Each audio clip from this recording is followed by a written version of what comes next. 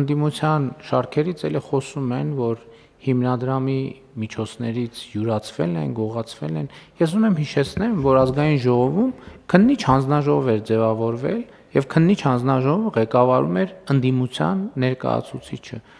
Պետք է արձանագրել ուր է այդ քննիչ հանձնաժողովը, ուր է իրանց եզրակացությունը։ Ինչի չի կազմակերպվում, չի շարունակվում այդ քննիչ հանձնաժողովի աշխատանքը։ Ասենք թող հանրությանը պարզաբանում տան։ Էլի հազար ներողություն դուրս են գալիս տակից գլխից խոսում են